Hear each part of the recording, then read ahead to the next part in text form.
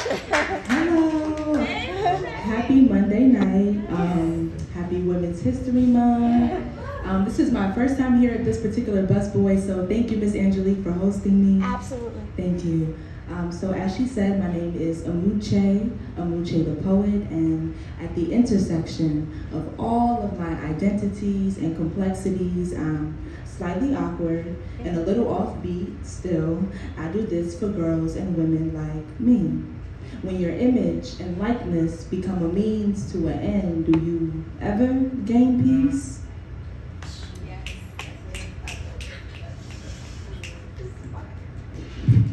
So this first piece that I'm doing for you all, it is called These Walls. The beginning might sound a little familiar. I remember you was conflicted, misusing your influence. Sometimes I did the same, abusing my power full of resentment that turned into a deep depression. As a little girl, they never told me the truth about sex. They always told me to close up my legs, but failed to mention who I should keep out instead. There was no talk of grown boys or boyish men at home or in sex ed. An abundance of holy scripture and state-approved chapters on abstinence made it both a crime and an offense to come home 16 and pregnant, as if HIV and STDs aren't running rampant in PG and DC. They talk too much about fast girls and leave the boys out of the conversation, then wonder why teenage girls disappear from secondary school like magic. They never told me the truth about abstinence, otherwise known as self-preservation. Sex at times is an intrinsic high of greed, pride, and overconsumption. Lust without love can become a gluttonous addiction. They never told me that my body was a vessel through which consumption goes straight through the legs to the head. Protect your mind, protect your bed. They never told me the truth about sex. They never told me the truth about penetration. Pornography treats pussy like a built-in orgasmic installation, as if women don't hold the keys to the gas, the brakes, and the ignition. They never told me the truth about sex and how I am the life that gives it breath. See, the woman is a walking sensual vibration of creativity and depth. The Bible says that women are cursed, but when you have the capacity to create life from energy, you are truly blessed. Yeah. They never told me the truth about sex. Learning the hard way doesn't come easy. Learning the hard way doesn't make me easy. If these walls could talk, she would tell you that her knowledge runs deep. But you would have to climb up her pedestal to hear her speak poem. So for this next one, it's gonna require some help from you all. So if you all could do me a favor, it's real simple. All I need you all to do is just imagine with me, right?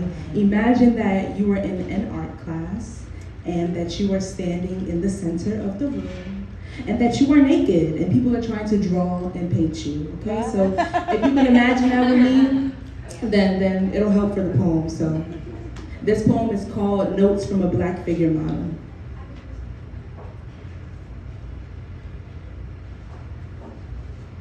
I am a slave to the time. 4 5s break, 2 10s break, 120 break. Every time the timer ticks, I spread my legs and bend my hips and pose on command.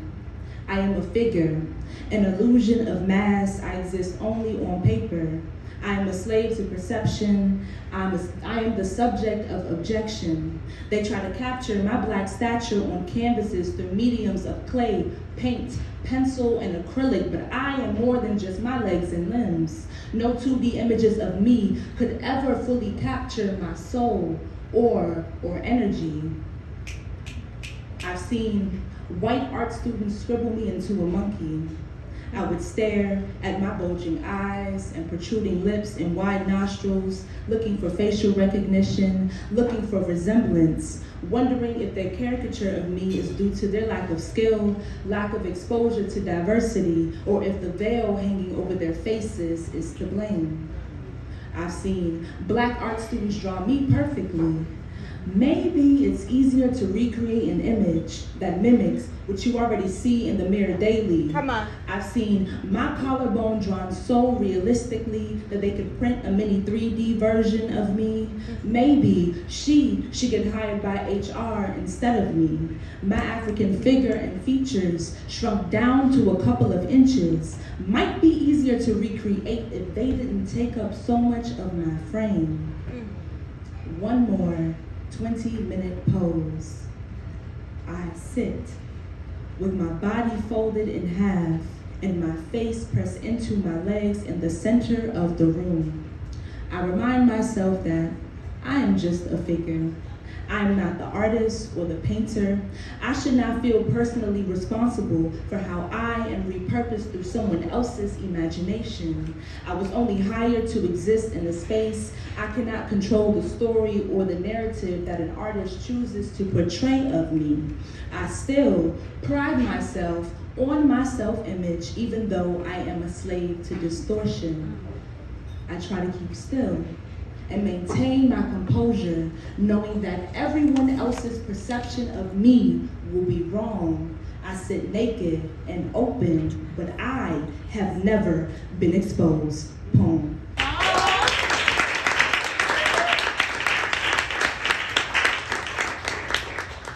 Since it is Women's History Month, I want to share this poem with you all. It's a little bit, it's about my role model, my first ever role model in life, of course, which is my mother. So I thought I'd give you all a little bit of her history and my history intertwined. And this poem is called Curry, like the spice curry.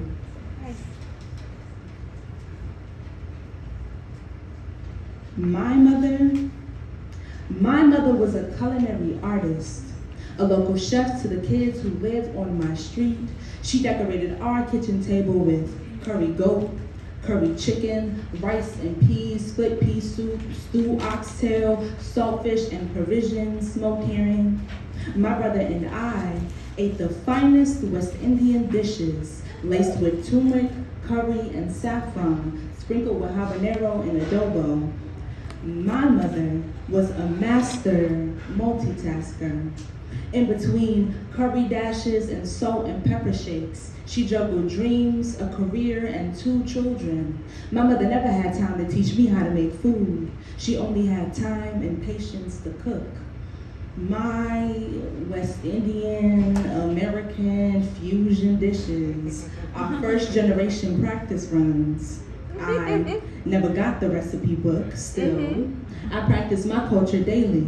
I substitute saltfish for canned tuna to make fish cakes. I steep hibiscus flowers to make sorrel.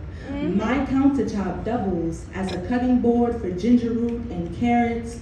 I whine around the kitchen on my 2 bare feet while my taste buds sail away to a culture overseas. You can find traces of my practice runs on my curry-stained jeans, curry-stained nails, curry-stained countertops, and my curry-stained refrigerator door. The hue of my soul and culture is too bright to ever bleach out. Poem.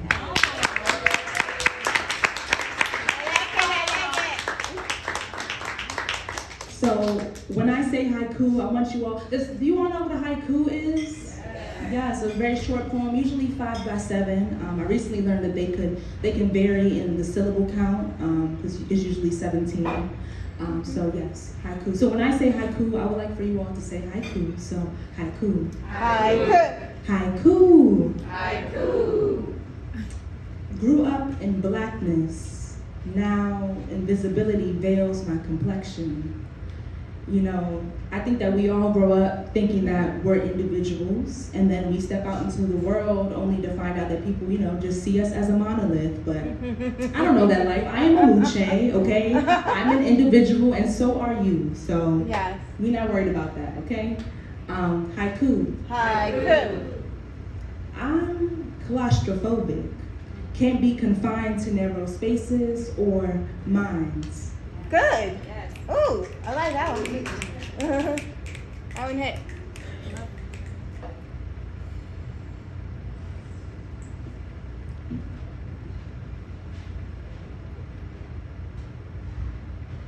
A bullet in your limb, blood on your Timbs, blood on the concrete, blood on my street. A bullet in your limb, blood on your Timbs, blood on the concrete, blood on my street. No nooses and no ropes, just guns and ammo that they blow. No nooses and no ropes, but somehow we still choke. There's blood on the concrete and there's blood at the root. They're aiming at your body, they want your youth. You might not make it past your 9th birthday. Since you've all day, I haven't watched the news. I recently opened up a newspaper only to find that Antoine choked too. You might not make it past 14, 19, 21, 22. The only time we collectively pray for black bodies is after they've become rotten fruit, strange fruit lane. The only time we collectively pray for black bodies is in mourning. We barely even pray for black women who die at the hands of police or at the hands of the partners with whom they shared a roof and a place to sleep.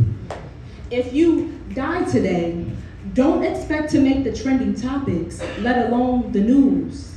If you survive your bullet wounds today, don't expect to make the trending topics, let alone the news. What is the cost of taking a black life? What is the cost of taking a black life when no one wants to be a snitch? No peace, no justice, just fate interfered by a clip. There is no method to this madness. They will use you for target practice. They will, and they have, shoot you in your leg today and return tomorrow to get you in your grave. Strange fruit lane. We are all still choking. We are all still hanging. No nooses and no ropes, just guns and ammo that they blow. No nooses and no ropes, but somehow we still choke. There's blood on the concrete and there's blood at the root. They want your life, that blackberry fruit. A bullet in your limb, blood on your Timbs, blood on the concrete, blood on my street. A bullet in your limb, blood on your Timbs, blood on the concrete, blood on my street. Poem.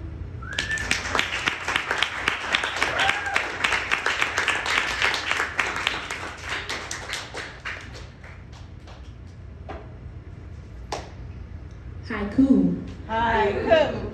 Haiku. Haiku.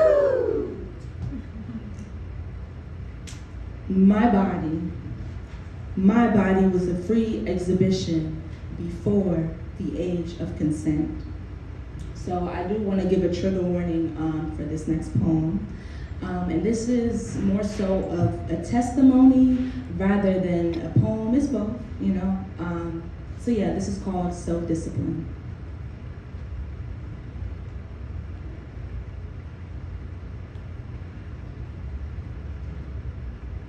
I used to practice self-harm in the same way that Christian youth practice abstinence.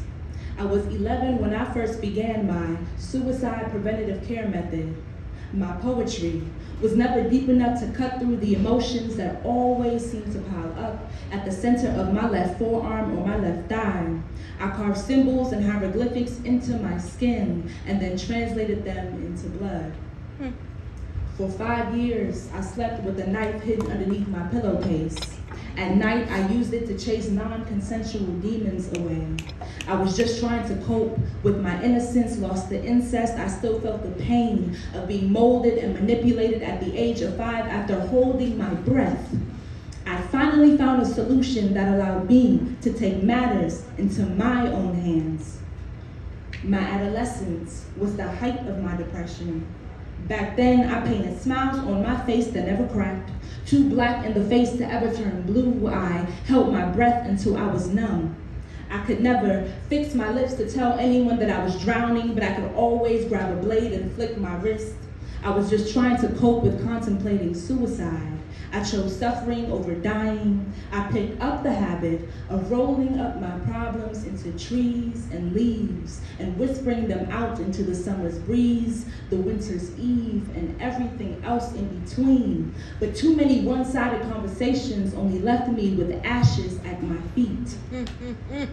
In college, I continued to practice my suicide preventative care method. For 6 more years, I kept a Swiss Army knife on the dresser next to my bed. I was just trying to cut through stress, disappointment, depression, miscommunication, self-pity, loneliness, anxiety, the growing pains of childhood trauma and adversity, racism, not being black enough, non-consensual relations, death, regret. I tried to cope through therapy, poetry, exercise, sex, an extensive to-do list. I tried to be more like my mother, but my strong woman persona was crumbling on the outside. I struggled to keep all of my knives in the kitchen as I watched self-discipline turn into an addiction. For 11 years, I practiced self-harm in the same way that Christian youth practice abstinence. I was only trying to cope and stay alive. I was only living to survive instead of living to thrive. For the past 4 years, I've been learning how to turn self-discipline into self-love, into self-care. I've been learning how to let my emotions ride. And although I slipped up once, I've been successful at conquering my addiction over 1,000 times. My strength is not determined by how few tears I let fall from my eyes, but rather how I choose to cope with my truth long after the pages have turned and the ink has dried. Poem.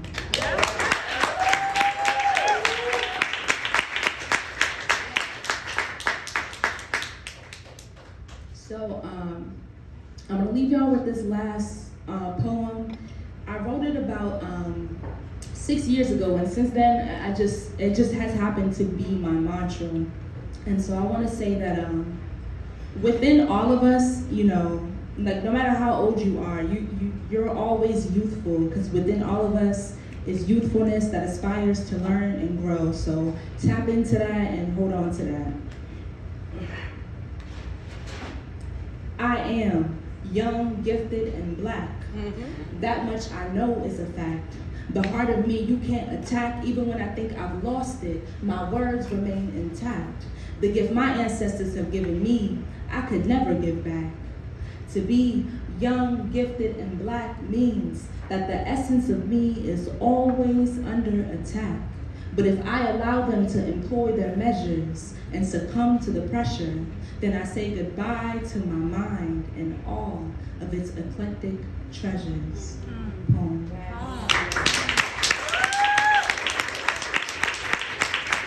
Thank you all so much.